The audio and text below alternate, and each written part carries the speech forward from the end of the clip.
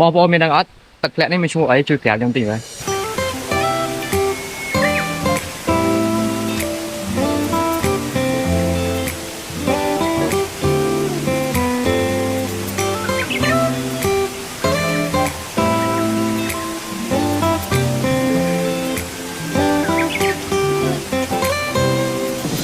ហើយនេះខ្ញុំនឹងនាំអារម្មណ៍អ្នកទាំងអស់គ្នាទៅមើលទឹកជ្រោះមួយកន្លែងទៀតដែលនៅមិនឆ្ងាយពីទីរួមខេត្តរតនគិរីប៉ុន្មានទេហើយទឹកជ្រោះនេះដែរគឺជាទឹកជ្រោះមួយដែលល្បីថាជាទឹកជ្រោះសម្រាប់មនុស្សស្មោះអញ្ចឹងយើងទៅមើលសម្រស់ទឹកជ្រោះនេះនិងទៅមើលថាហេតុអ្វីបានជាគេហៅថាទឹកជ្រោះសម្រាប់មនុស្សស្មោះហើយមនុស្សស្មោះទាំងអស់ដែលបានមើលវីដេអូមួយនេះកុំភ្លេចតាមដានមើលដល់ចប់ផងបាកាសម្បូរដោយតូរីន Royal Jelly យិនសិននិងវីតាមីនជាច្រើនទៀតដើម្បីជួយឲ្យអ្នកត្រៀមខ្លួនឆ្ពោះទៅកាន់ភាពជោគជ័យខ្លាចជាមនុស្សជោគជ័យជាមួយបាកាដើម្បីអាចទៅដល់ទឹកជ្រោះមួយនេះយើងត្រូវធ្វើដំណើរចេញពីទីក្រុងបានលុងហើយធ្វើដំណើរឆ្ពោះទៅទិសខាងលិចហើយទៅដល់ក្រាសាំងលីណាយើងត្រូវបត់ស្ដាំនិងទៅត្រង់តាមផែនទីដែលខ្ញុំបានដាក់ឲ្យនឹងទៅដល់ហើយដោយឡែកបើសិនជាយើងដាក់ទីតាំងមើលតាម Google Map វានឹងបង្ហាញឲ្យយើងទៅតាមផ្លូវចាស់ដែលផ្លូវនោះគឺជាផ្លូវដីដែលមានភាពលំបាកផ្លូវមានសភាពចោះទួលឡើងទួលខ្លាំងហើយសម្រាប់ឡានគឺมันអាចទៅតាមផ្លូវនឹងបានទេគឺបានតែម៉ូតូតែប៉ុណ្ណោះហើយសម្រាប់ផ្លូវដែលខ្ញុំបានដាក់នៅក្នុងវីដេអូនេះគឺជាផ្លូវដែលបានសាងសង់រួចរាល់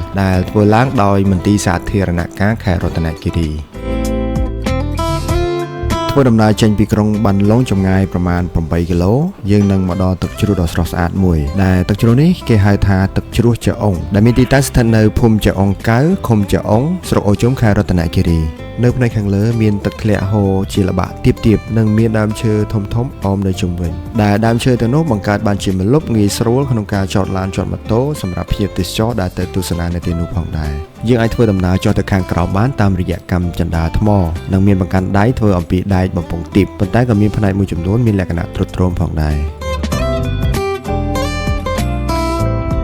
ចុះពីកម្មចន្ទាទៅយើងអាចដើរទៅដល់លអាងនៃទឹកជ្រោះដែលមើលទៅវាហាក់ដូចជាដំបូលនៃពហុកីឡដ្ឋានដ៏ធំមួយចឹងបើយើងក៏លេចមើលទៅជញ្ជាំងថ្មមើលទៅគួរឲ្យចាប់អារម្មណ៍ដោយវាមើលទៅហាក់ដូចជាមានដុំថ្មជាច្រើនផ្គុំគ្នាទៅជាជញ្ជាំងថ្មមួយផ្ទាំងបង្កើតចេញរាងជាដំណាក់ដែលអនុញ្ញាតឲ្យមនុស្សស្មោះជាច្រើនមកសរសេរឈ្មោះនិងសរសេរថ្ងៃខែនៅលើជញ្ជាំងថ្មទាំងនោះដោយឡែកសម្រាប់ខ្ញុំជាមនុស្សស្មោះនឹងគេម្នាក់ដែរប៉ុន្តែអត់បានគូសឈ្មោះនៅលើផ្ទាំងថ្មនេះទេដោយសារតែអត់មានអ្វីសម្រាប់សរសេរឈ្មោះដូចគេអញ្ចឹងបានត្រឹមតែដើរមើលឈ្មោះអ្នកស្មោះទាំងឡាយដែលមាននៅទីនេះតែប៉ុណ្ណោះហើយដោយសារតែឈ្មោះទាំងនេះហើយទើបខ្ញុំនិយាយថាទឹកជ្រោះនេះជាទឹកជ្រោះសម្រាប់មនុស្សស្មោះ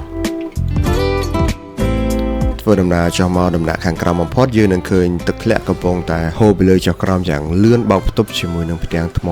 ធំនៅខាងក្រោមបង្កើតបានជាសូរសំឡេងយ៉ាងពីរោះរណ្ដំប្រៀបបានដូចជាការប្រគំតន្ត្រីនៃធម្មជាតិដូច្នោះដែរសម្រាប់ផ្ទាំងថ្មធំដែលមានវត្តមាននៅទីនេះគឺជាផ្ទាំងទស្សនីយភាពដ៏ល្អល្អឯកសម្រាប់ការផ្ដិតយករូបភាពនៅតាមប្លង់ជាច្រើននៃទឹកជ្រោះមួយនេះហើយសម្រាប់អ្នកថតវីដេអូផ្សព្វផ្សាយទេសចរដូចជារូបខ្ញុំក៏ប្រឹងប្រែងស្វែងរកប្លង់ស្អាតៗដើម្បីថតនិងដាក់បញ្ចូលនៅក្នុងវីដេអូមួយនេះចែកជូនប្រិយមិត្តទស្សនាហើយក៏សង្ឃឹមថាអ្នកគាំទ្រទាំងអស់នឹងជួយចុច like ចុច follow page និងជួយ share ចែករំលែកវីដេអូរបស់ខ្ញុំផង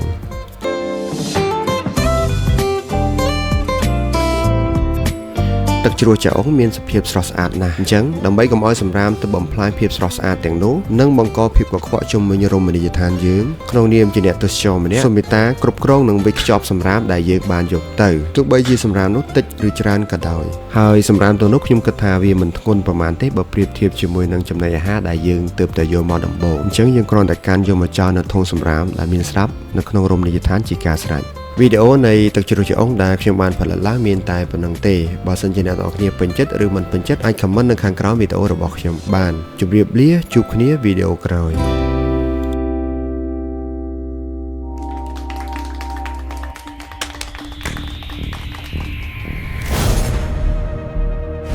នេះជាករណីមួយក្នុងចំណោមគំរូជាច្រើន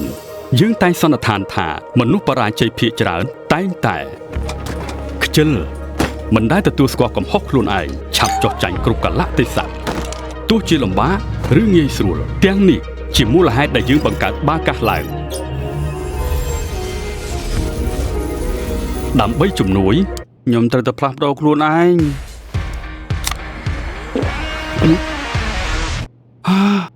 ដូចជាមានអារម្មណ៍ថានៅដដែលអញ្ចឹងវាកំពុងផ្លាស់ប្ដូរប៉ុន្តែវាចាប់ផ្ដើមពីខាងក្នុង បាកាសម្បូរដោយតូរីន Royal Jelly យិនសិននិងវីតាមីនជាច្រើនទៀតដើម្បីជួយឲ្យអ្នកត្រៀមខ្លួនឆ្ពោះទៅកាន់ភាពជោគជ័យបាកាភេសជ្ជៈបើកម្លាំងជំនួយរាងកាយនិងខួរក្បាលបាកាបន្សាបជាតិស្រវឹងនិងជួយបំបត្តិអាការៈឈឺក្បាលបាកាជំនួយស្មារតីក្នុងការបើកបរបាកា Sugar Free ក៏អាចបើកម្លាំងបាន